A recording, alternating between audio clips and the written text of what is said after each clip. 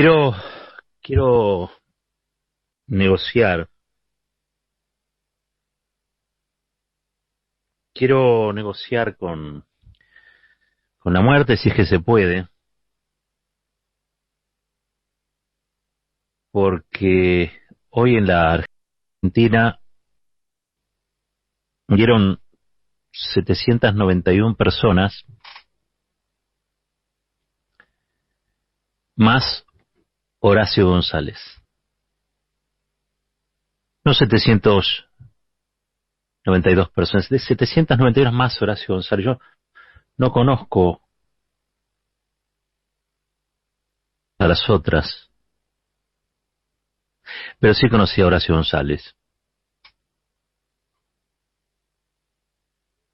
Y quiero negociar, no puede ser que esto sea así de inapelable.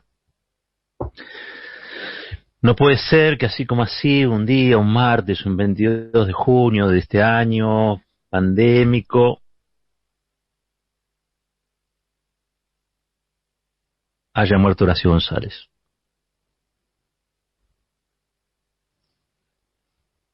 Un poco de piedad, ¿no?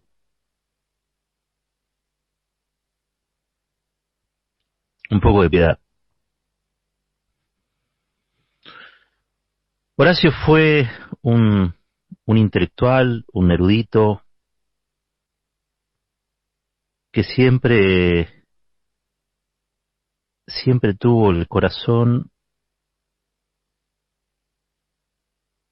en el lugar correcto,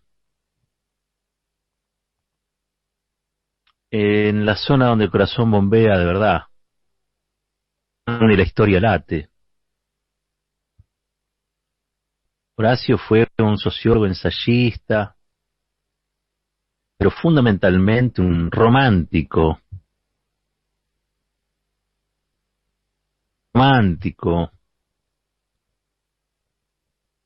que como otros, palabra justa. La palabra justa para decir, para nominar, para dar entidad, para dar vida, cosas que él retrataba, que él contaba, que él analizaba, que él reflexionaba. Qué tipo gigante. Un mes estuve internado y el COVID maldito se lo lleva. En un día como hoy, con otros 721 que son para sus familias pérdidas muy dolorosas. Pero Horacio González es una pérdida para todos y para todas. Para toda la gran familia nacional, popular, democrática, progresista, para todos los que amamos las ideas, los debates, las discusiones. Se nos fue un tipo ejemplar. Tipo. Ay,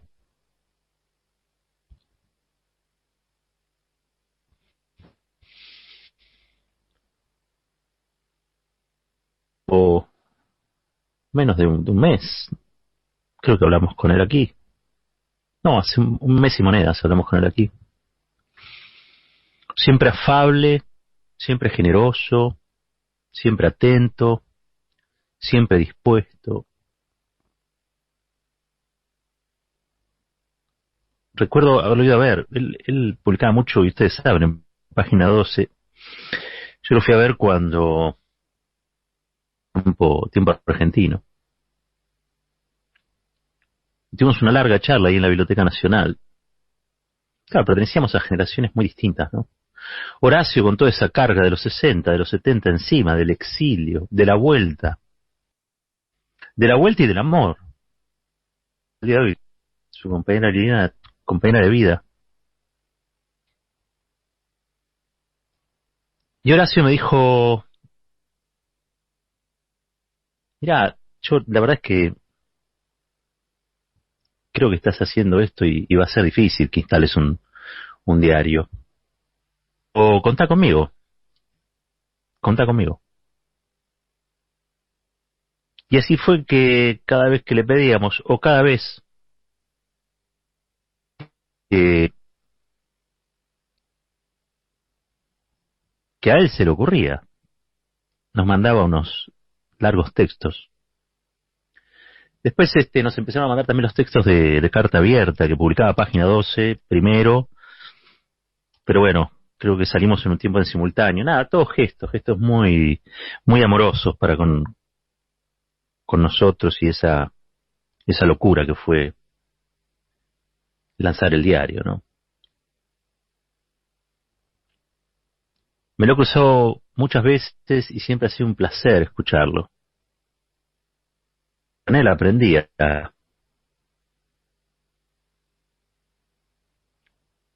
porque él tenía una virtud. En realidad tenía muchas, pero había una gran virtud. Y es que era un tipo popular en el sentido de no quererse por encima de nadie. Sabía más que muchos, pero le gustaba la cosa llana, ¿no? La cosa, el cara a cara, achicaba las distancias rápidamente, Horacio. Ah, espectacular. Pero yo me quedé enganchado con la persona. Tenemos unos audios ahí donde él cuenta algo de su historia, porque Horacio es, como le decía, un romántico, pero aparte, Horacio es el arquetipo de un tipo de militante y de intelectual, de los que hoy no abundan, que ponían la cabeza, pero también ponían el cuerpo a las cosas, ¿no? De una realidad muy convulsionada también, ¿no? Que la historia del país ha dejado marcas en generaciones. Y Horacio es claramente esa generación que se involucra en la política, que vive bajo dictadura, que se enrola en la militancia en nombre de la libertad, de la justicia, del retorno de Perón, sus cátedras nacionales. Eh, pero un tipo con una cabeza enorme, ¿eh? Un tipo con una cabeza enorme. Él dice que nació en Villa Pueyrredón. Vamos a escucharlo. Dame el audio 1, Yeye. Bueno, yo me llamo Horacio González y nací en el barrio de Villa Pueyrredón, en el hospital Pirovano, que creo que estaban dentro de los lindes de lo que hoy se llama barrio de Villa Pueyrredón. Para no ser tan ridículo este recuerdo, diría que todos tenemos la obligación de recordar de una manera u otra la infancia y este recuerdo es doloroso y también borroso. Lo que yo recuerdo con más felicidad, sin embargo, es la presencia de mi abuelo. De hecho, me crié con mi abuelo, que era un clarinetista de la Orquesta Municipal de Recanati, italiano, y empleado de los ferrocarriles ingleses. De modo que, estando ausente de la música también, aunque seguía tocando el clarinete,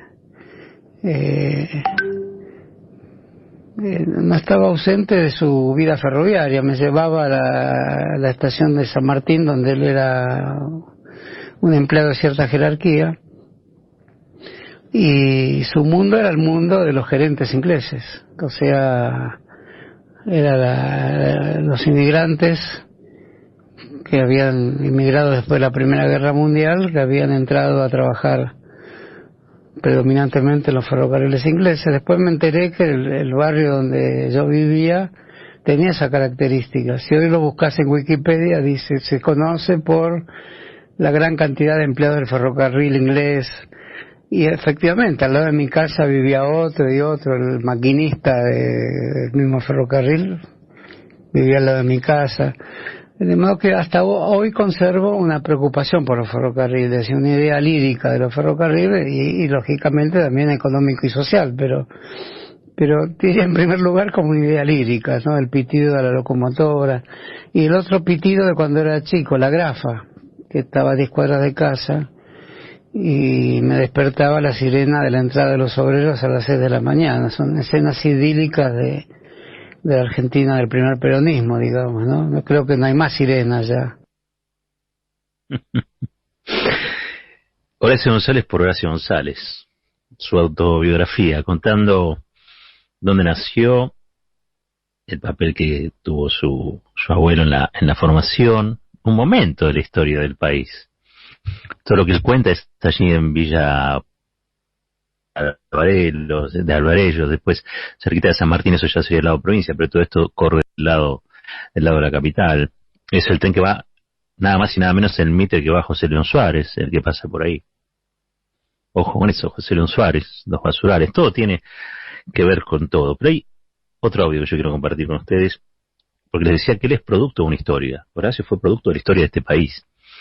Y escuchen lo que va a decir ahora, porque solamente un tipo grande, de cabeza muy grande, puede decir esto que Horacio dijo.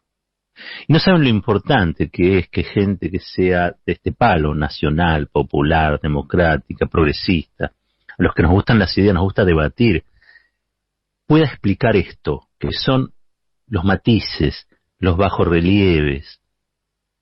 Algunos creen que el violín se toca de un solo modo, y sin embargo, es en la tensión sobre la cuerda, es en la fuerza sobre la cuerda, donde están los altibajos sonoros, donde está la delicadeza del que toca. Esto va para todo, va para la música, va para la ideología también, muchas veces, va para la política, va para la cultura. Pero mejor que lo cuente, Horacio les decía, él es hijo de la historia de este país, laica o libres. Para los que son más jóvenes, gobierno de Frondizi, ¿no? Están los que decían que la iglesia no tenía que propias y que todo tenía que pasar a ser mano del Estado, y estaban los que decían que no, que la libre, los que decían la libertad de enseñanza religiosa también en las escuelas. Eso dio origen a un montón de escuelas parroquiales, ¿no? O por lo menos de alguna manera las institucionalizó. Eso fue Frondizi, un tipo que venía junto con Frigerio de posturas de izquierda, anticlericales, y sin embargo, durante su gobierno no quiso hacer eso y lo hizo, y lo llevó adelante. Vamos a escuchar de ese tiempo el recuerdo de Horacio González, dale. La verdadera confrontación encubre sus motivos últimos, eso me pareció interesante. La libre era la instalación de la educación religiosa, y después vinieron otras alternativas que uno no esperaba. Uno estaba a priori en contra de lo que después fueron la Universidad del Salvador, la Universidad Católica, que es lo que Frondizi promovía. Y después yo fui profesor de El Salvador, muchos años después, y percibí que no era lo mismo El Salvador que la Católica, y no era lo mismo cierta orientación en El Salvador que otras del mismo Colegio de El Salvador, y no era lo mismo una cierta versión de los jesuitas en El Salvador que la que daba Bergoglio, que era el provincial jesuita que estaba a cargo de El Salvador. Ahí conocí a Bergoglio, no personalmente. De modo que ahí comprendí que las contradicciones son más sutiles que las que uno comprende cuando sale rápidamente a la calle. Pero si no fuera una comprensión rápida, y si uno se pudiera pensar en la sutileza de las contradicciones, no saldría nunca a la calle también. Así que ese fue un primer despertar político, digamos, pero veleidoso, en el sentido que yo era muy de la laica, pero leía a los revisionistas ya, porque había un profesor, y ahí, ya que hablo de los profesores, nunca había pensado en esto. Los profesores de la secundaria influyen mucho más que los de la universidad, ¿no? Con el profesor universitario y disputa. Con el profesor del secundario era un tal Paplotnik, que era un personaje medio caricaturesco, que era discípulo de Ravignani. Él nos decía, soy discípulo de Ravignani, o mucho más tarde. O sea, el verdadero conocimiento viene 10 años, 20 años o 50 años después. Supe más tarde que era un gran profesor, director del Instituto di Ravignani, pero era radical, revisionista, era un radical de Levenson, creo, de Irigoyen, y que tenía ese rasgo de Alem, que había sido hijo de un mazorquero de Rosas. Por lo tanto había un rosismo ahí, y el rosismo me fascinaba por el lado que después se me destrozó totalmente cuando conocí a los verdaderos rosistas, por el lado de ser un pensamiento proscripto en la secundaria. Mi secundario ahí era el 57, que 2 años después de la caída de Perón se daban todas materias. Los profesores eran todos nuevos, eran profesores jóvenes, de materias llamadas instrucción cívica y demás, la historia, etcétera, salvo Paproni, que era el único profesor de historia que venía, probablemente había sido un nacionalista que estuvo en contra del golpe, o si no, a favor del golpe contra Perón, pues si no era muy difícil ser profesor. Se había cambiado todo el cuerpo de profesores en las escuelas. Otro pasaje, ¿no?, de la vida de Horacio, y de paso vemos cómo la historia lo va moldeando. Me quedé enganchado con esto. Un profesor de secundario puede marcar más que un profesor universitario, porque con el universitario hay competencia, con el otro no. Con el otro hay formación y hay una diferencia en la escala que hace que uno lo escuche con atención, y hay siempre uno o una que marca, ¿no?, para el resto de la vida. Quiero decir, porque Horacio era, por sobre todas las cosas, un tipo común con una sabiduría extraordinaria, ¿no?, una sensibilidad también extraordinaria, pero un tipo común. Y esas son las historias que cuenta. Ahora sí, vamos a la etapa quizá más oscura. La etapa oscura tiene que ver con ciertas militancias y también con ciertas tragedias. ¿Sí? Horacio, después de las cátedras nacionales, algunos me dicen que tuvo un paso por la FAP. Lo que él creo que asevera es que fue parte de militancia revolucionaria peronista, que luego se fusiona con Montoneros hasta el asesinato de Rucci. Con el asesinato de Rucci allí se arma una decisión que se llama JP Lealtad. Horacio estuvo un tiempo ahí en JP Lealtad.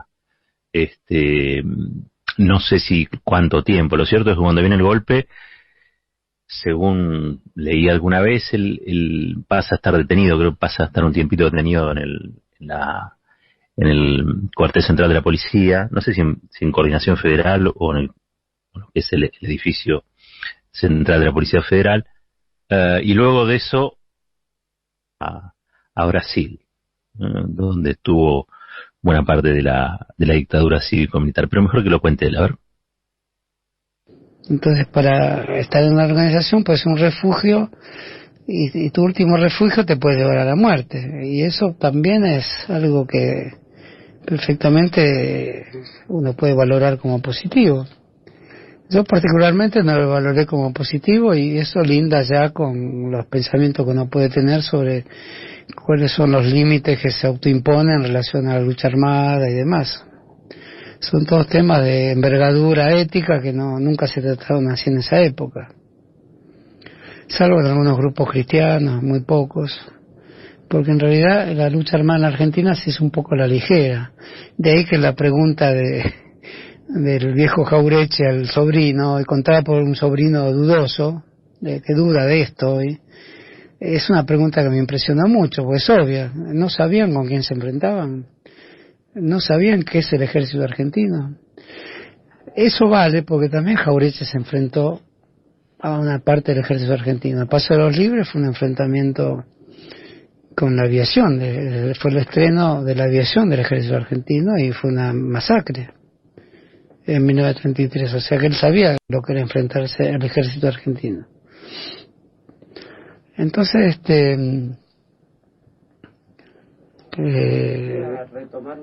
retomando un hilo pero bueno, un hilo biográfico está así truncado, no esperen otra cosa. ¿Qué actividades hacías más allá de ir al sindicato naval cuando estabas en el MRP?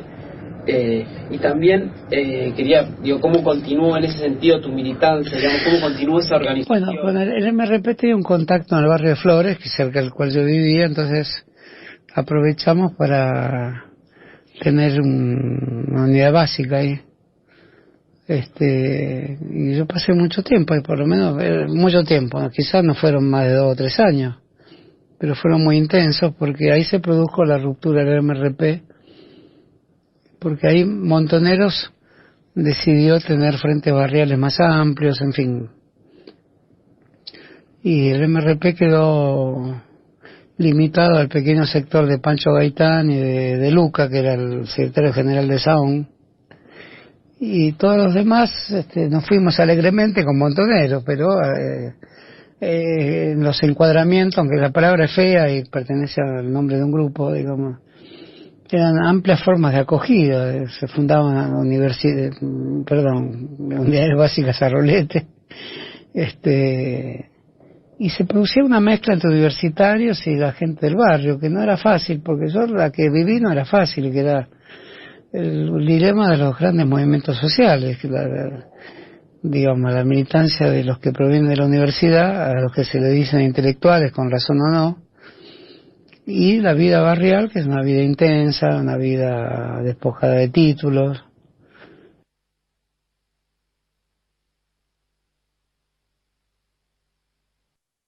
Ahí escuchábamos a Horacio contando algo de su militancia,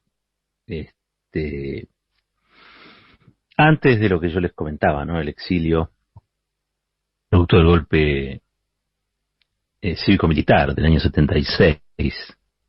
Encontró su gran amor. A la vuelta también escribió en Unidos, la revista que dirigía el Chacho Álvarez. A la vuelta fue el Ojo Mocho. A la vuelta era todo su talento antimenemista, antialfonsinista. Horacio fue un tipo muy coherente, ¿no? Muy coherente. Creo que esa coherencia es la que lo lleva finalmente a aceptar, producto de la invitación de amigos y del propio Néstor Kirchner, dirigir la Biblioteca Nacional. Nada más y nada menos una biblioteca que había dirigido Borges, con el que él no se había llevado muy bien allá cuando empezó con sus estudios y con sus militancias, pero con el que se terminaba de alguna manera reconciliando con su obra, ¿no? Reconciliando con su obra. Y de golpe estaba allí, en un gobierno kirchnerista, dirigiendo la Biblioteca Nacional que había inaugurado Menem, allí donde alguna vez había estado una residencia que era la de Perón y Evite, que fue bombardeada, ¿no? Digo, todo tiene que ver con todo en la historia de Horacio y todo tiene que ver con todo en nuestra historia también. Pero bueno, allí Horacio hace una gestión que fue una gestión de puertas abiertas, donde más que una biblioteca transformó el lugar en un lugar de libros, de ideas, de debates, de vida. Y no es casualidad que en esa biblioteca se gestara Carta Abierta. Carta Abierta nace allá por el 2006, 2007 creo que es, ¿no? Y acuña una serie de definiciones para mí fundamentales. Me tocaron mucho esas cartas. Me llegaron a mí correo, digamos, ¿no? Llegaron a mi correo sentimental, a mi correo emocional, a mi correo, si se quiere, reflexivo. Cartas que retomaban el viejo arte, si se quiere, del manifiesto, de la proclama, puesta a jugar en una situación determinada donde no aparecían intelectuales que bancaran el rumbo general del gobierno popular. Aprendí también de Carta Abierta, y esto me sirvió mucho para el periodismo, a que uno puede ser oficialista de un gobierno. De hecho, Horacio era funcionario de un gobierno, pero que hay situaciones o cosas con las que no hay que transigir. No,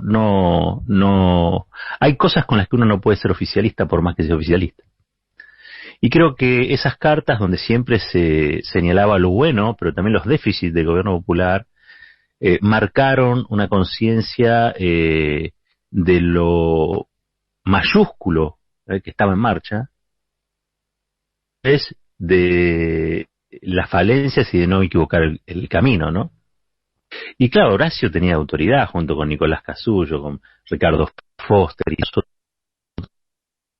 intelectuales que participaron de Carta Abierta y le dieron un empujón casi durante una década. Me parece que duró 11 años Carta Abierta hasta que se autodisolvió, de poner en palabras una definición del contexto, el contexto político nacional, el contexto político internacional, la dimensión ética de los actos políticos, la caracterización de la etapa o de las etapas, quiénes eran los enemigos o adversarios del gobierno, las encrucijadas, una palabra que a Horacio le gustaba muchísimo, las encrucijadas que atravesaba los gobiernos nacionales y populares, tanto de Néstor como de Cristina Kirchner. Así que yo le debo mucho a Horacio González de lo que fue todo ese proceso, porque me enseñó a verlo, me enseñó a interpretarlo, y además él honró también a su generación, como Néstor honró a su generación, porque tomó ciertos riesgos con mucha audacia, que era un signo muy de esa generación de los 60-70, que fue tomar partido. Y a su vez, tomando partido, armar dialécticamente una situación de independencia frente a ciertas cuestiones que para él eran los nutrientes fundamentales, ¿no? Del movimiento que estaba surgiendo. Y yo digo que estaba surgiendo porque a partir de esa biblioteca, a partir de los debates armados en esta biblioteca, inaugurados en esa biblioteca, en ese que fue, si se quiere, el epicentro de grandes discusiones, pero también el refugio de viejos legados, ¿sí? En ese contexto me parece que hay una etapa que es fundamental y es donde Carta Abierta le presta una serie de elementos al kirchnerismo que el kirchnerismo no tenía. Y eso creo que le dio también una dimensión transformadora distinta, ¿no? No es casualidad que luego de la derrota con Francisco de Narváez, Néstor Kirchner haya ido a una asamblea de Carta Abierta, ¿no? Allí al Parque Lezama, a hablar frente a sus pares de generación, ¿no? No es casualidad que haya reconocido en ese grupo de intelectuales, pensadores, activistas,